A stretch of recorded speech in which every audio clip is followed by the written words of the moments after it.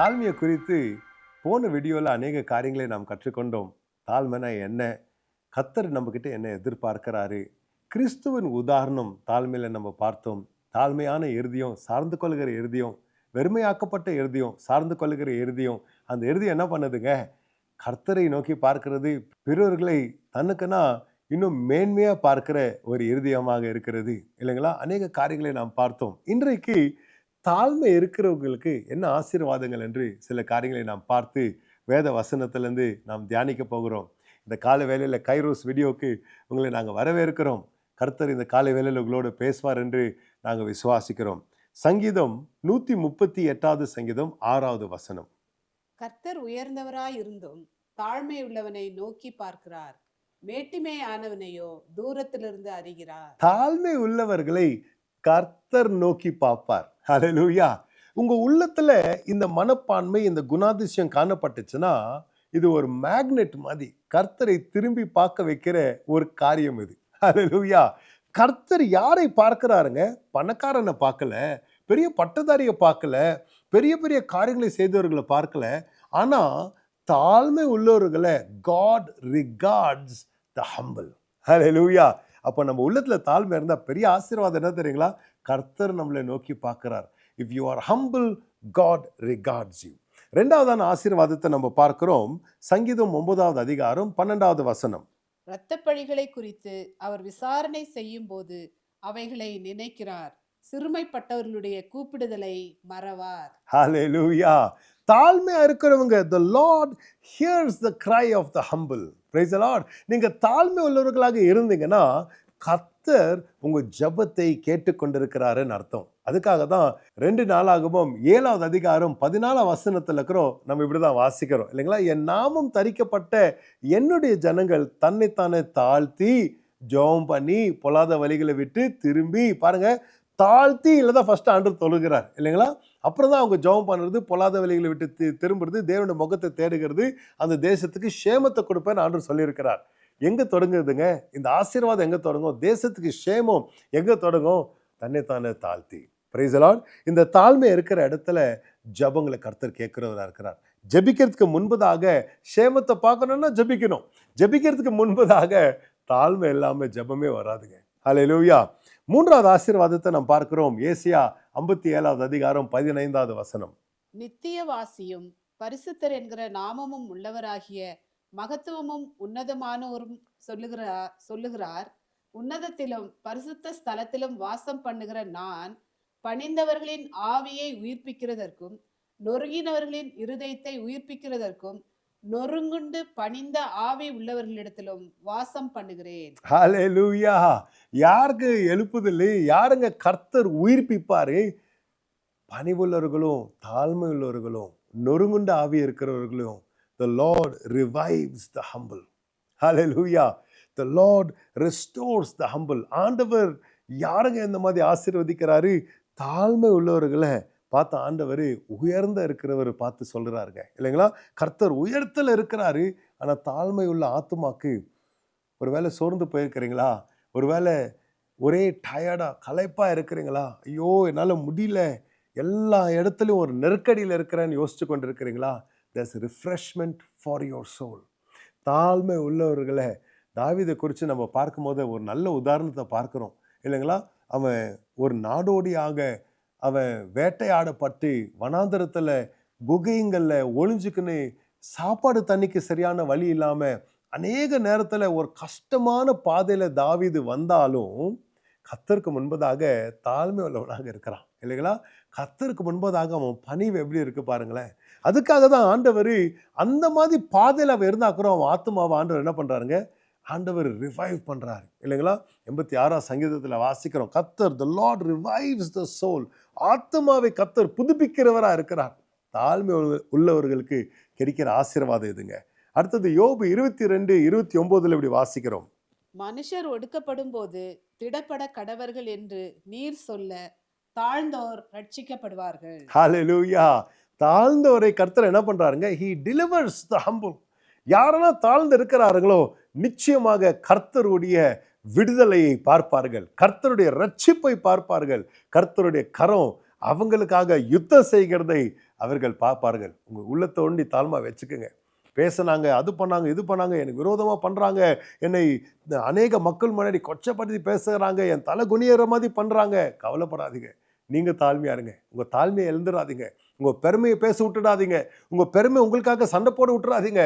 உங்க பெருமை முன்னாடி, உங்க ஈகோ முன்னாடி வர விட்டுறாதீங்க. உங்க ஆத்மாவை தாழ்த்தி கொள்ளுங்க, இருதயத்தை தாழ்த்தி கொள்ளுங்க. நான் பேச மாட்டேன் ஆண்டவரை, கட்டுப்பாட்டுக்குள்ள கொண்டு வரப்பா, நான் தாழ்ந்து இருப்பேன் அப்பா. ஆண்டவர் சொல்றார், நிச்சயமாக நான் விடுதலை கொண்டு வருவேன். The Lord delivers the humble. Hallelujah. அது மாத்திரம் இல்ல, யாக்கோபு 4:10 எப்படி வாசிக்கிறோம்? கர்த்தருக்கு முன்பாக தாழ்மைப்படுங்கள், அப்பொழுது அவர் உங்களை உயர்த்துவார். கர்த்தருக்கு முன்னாடி நாம் தாழ்மையா இருக்கும் போத யார் உங்களுக்கு என்ன பண்ணாலும் பரவாயில்ல, கர்த்தருக்கு முன்னாடி இங்க தாழ்மையா இருங்க. கர்த்தர் நம்மளை உயர்த்துறவரா இருக்கிறார் இல்லையா? நம்ம தலையை உயர்த்துறவரா இருக்கிறார். நம்மளுடைய எல்லாம் he will lift up your cause. நம்மளுடைய எந்த பிரச்சனை சூழ்நிலைமையில இருந்தாலும் உயர்வு கொண்டு வருவர் கர்த்தர். வாசிங்க லூக்கா 14:11. தன்னைத்தான் உயர்த்துகிறவன் எவனும் தாழ்த்தப்படுவான், தன்னைத்தான் தாழ்த்துகிறவன் உயர்த்தப்படுவான் என்றார். ஹல்லேலூயா. தன்னைத்தானே உயர்த்துகிறவன் தாழ்த்தப்படுவான், ஆனா தன்னைத்தானே தாழ்த்துகிறவன் கர்த்தர் அவனை உயர்த்துவார். ஹல்லேலூயா. மத்தேயு 18:4 இப்படி வாசிக்கிறோம். ஆகையால் இந்த பிள்ளையைப் போல தன்னை தாழ்த்துகிறவன் எவனோ அவனே பரலோக ராஜ்யத்தில் பெரியவனாயிருப்பான். ஹல்லேலூயா. அந்த தாழ்மை இருக்கும் போதே, ஒரு பிள்ளைய போல ஒரு தாழ்மை இருக்கும் போதே கர்த்தர் சொல்றாரு, பரலோக ராஜ்யத்துல பெரியவனாய் அவன் இருப்பான் என்று. ஹல்லேலூயா. நமக்காக நம்ம போஸ்டர் அடிச்சுக்க தேவையில்லைங்க, நம்ம பிரபலத்தை நம்ம பேச தேவையில்லைங்க. எல்லாமே கர்த்தரால வந்தது தான். நம்மக்கிட்ட நம்மதுன்னு ஒண்ணுமே கிடையாது இல்லைங்களா? ஆனா கர்த்தர் என்ன பண்றாருங்க, தாழ்மை உள்ளவர்களை உயர்த்துறவரா இருக்கிறார். Praise the Lord. கர்த்தருடைய வார்த்தையை நம்ம பார்க்கும்போது நீதிமொழிகள் 3:34. இகழ்வோரை அவர் இகழ்கிறார், தாழ்மை உள்ளவர்களுக்கோ கிருபை அளிக்கிறார். உங்க உள்ளத்தை தாழ்மையா நீங்க பாதுகாத்து கொண்டீங்கன்னா தேவ கிருபை பெருகிறது நீங்க பார்ப்பீங்க இல்லைங்களா? பரியாசம் பண்றவங்க, இகழ்வர்களை ஆண்டவர் என்ன பண்றாருங்க, இகழ்கிறார் என்று பார்க்கிறோம். ஆனா தாழ்மையோடு நீங்க நடந்து கொண்டீங்கன்னா கிருபை பெருகி கொண்டே இருக்கும். கிருபை புது வாசல்களை திறந்து கொண்டே இருக்கும். கிருபை உங்களை இன்னும் பலப்படுத்தி கொண்டே இருக்கும். கிருபை உங்களுக்கு இன்னும் போதிச்சு கொண்டே இருக்கும். கிருபை உங்களை இன்னும் நிலைநிறுத்தி கொண்டே இருக்கும். கிருபையின் ஆசீர்வாதங்கள் உங்க வாழ்க்கையில பெருகி கொண்டே இருக்கும். தாழ்மை தான் அதுக்கு தெருவுக்கோள். Praise the Lord. நீங்க தாழ்மையா இருந்துட்டீங்கன்னா கிருபையின் வாசல் திறந்துடும். தாழ்மையா இருந்துட்டீங்கன்னா கிருபையின் மலை பொழியும். Praise the Lord. தாழ்மை இருக்கிற இடத்துல நீதிமொழிகள் 18:12 இப்படி வாசிக்கிறோம். அழிவுக்கு வருமுன் மனுஷருடைய இருதயம் இருமாப்பா இருக்கும், மேன்மைக்கு முன்னானது தாழ்மை. ஹல்லேலூயா. கர்த்தர் மேன்மைப்படுத்த போகிறாரா? அதுக்கு முன்னாடி என்ன வரப்போகுதுங்க? தாழ்மையா இருக்கணும். தாழ்மையா இருந்தீங்கன்னா கர்த்தர் மேன்மைப்படுத்துவார் என்று ஆண்டவர் சொல்லுகிறார். அது மாத்திரம் இல்ல, தாழ்மையால கிடைக்கிற இன்னொரு ஆசீர்வாதம் பாருங்களேன். நீதிமொழிகள் 22:4. தாழ்மைக்கும் கர்த்தருக்கு பயப்படுதலுக்கும் வரும் பலன் ஐஸ்வர்யமும் மகிமையும் ஜீவனுமாம். ஹல்லேலூயா. நீங்க தாழ்மையா இருந்தீங்கன்னா, கர்த்தருடைய பயம் உங்களுக்குள்ள இருந்துச்சுன்னா ஆண்டவர் என்ன தராராம்? பயப்படுதலுக்கும் வரும் பலன் ஐஸ்வர்யமும் மகிமையும் ஜீவனுமாம். ஹல்லேலூயா. God will bless you with riches, honor and life. Praise God. தாழ்மையா இருக்கிறவங்களுக்கு கர்த்தர் கொடுக்கிற ஆசீர்வாதங்கள். கடைசியாக நாம் இப்படி வாசிக்கிறோம். எபேசியர் 4:2. ஆதலால் கர்த்தர் நிமித்தம் கட்டுண்டவனாகிய நான் உங்களுக்கு சொல்லுகிற புத்தி என்னவெனில், நீங்கள் அழைக்கப்பட்ட அழைப்புக்கு பாத்திரவான்களாய் நடந்து மிகுந்த மனத்தாழ்மையும் சாந்தமும் நீடிய பொறுமையும் உடையவர்களாய் அன்பினால் ஒருவரை ஒருவர் தாங்கி. ஹல்லேலூயா. நாம் எப்படி நடந்து கொள்ள வேண்டும் என்று அப்போஸ்தலனாகிய பவுல் எழுதும்போது சொல்லுறாரு. கர்த்தருக்கு முன்னாடி நாம் நடக்கிற விதத்துல நாம் எப்படி இருக்கணுமா? திருப்பி வாசிப்போம். ஆதலால் கர்த்தர் நிமித்தம் கட்டுண்டவனாகிய நான் உங்களுக்கு சொல்லுகிற புத்தி என்னவெனில், நீங்கள் அழைக்கப்பட்ட அழைப்புக்கு பாத்திரவான்களாய் நடந்து மிகுந்த மனத்தாழ்மையும் சாந்தமும் நீடிய பொறுமையும் உடையவர்களாய். மிகுந்த மனத்தாழ்மையும் சாந்தமும் நீடிய பொறுமையும். ஹல்லேலூயா. அந்த அருமையான ஒரு வார்த்தை, மிகுந்த மனத்தாழ்மை. கர்த்தருக்கு முன்னாடி நடக்கிறவங்க பாத்திரவானாய் நடக்கணும்னா மிகுந்த மனத்தாழ்மை. எல்லா விஷயத்துல மனத்தாழ்மை. கொலோசியர்ல 3:12 இப்படி சொல்றாரு, put on.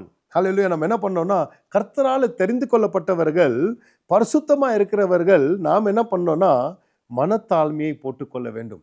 Put on tender mercies, kindness, humility, meekness, long suffering. Hallelujah. நாம் மனத்தாழ்மையை ஒரு வஸ்திரம் போடுகிறத போல நாம் போட்டுக்கொள்ள வேண்டும். இது கர்த்தர் விரும்புகிற ஒரு காரியமாக இருக்கிறதுங்க. கர்த்தரை கனப்படுத்த அவர் முன்னாடி தகுதியாக பாத்திரவான்களா நாம் நடக்க நாம் தாழ்மை உள்ளவர்களாக இருக்க வேண்டும். விருதத்தை சோதித்து பாருங்க. பெருமை உள்ளவனை தேவன் எதிர்க்கிறார். பெருமை நமக்குள்ள இருக்கக்கூடாது.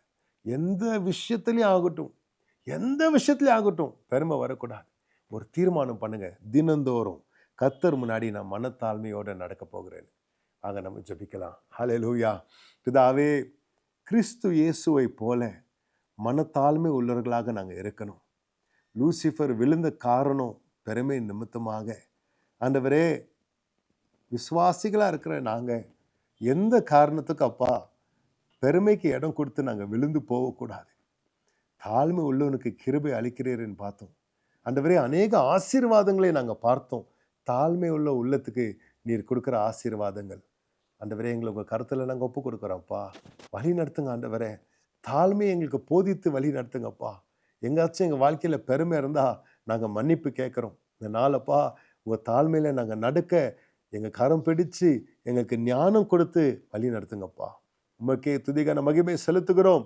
இயேசு மூலம் ஜெபிக்கிறேன் பிதாவே. ஆமேன், ஆமேன். கர்த்தர்களை ஆசீர்வதித்து வழி நடத்துவாராக.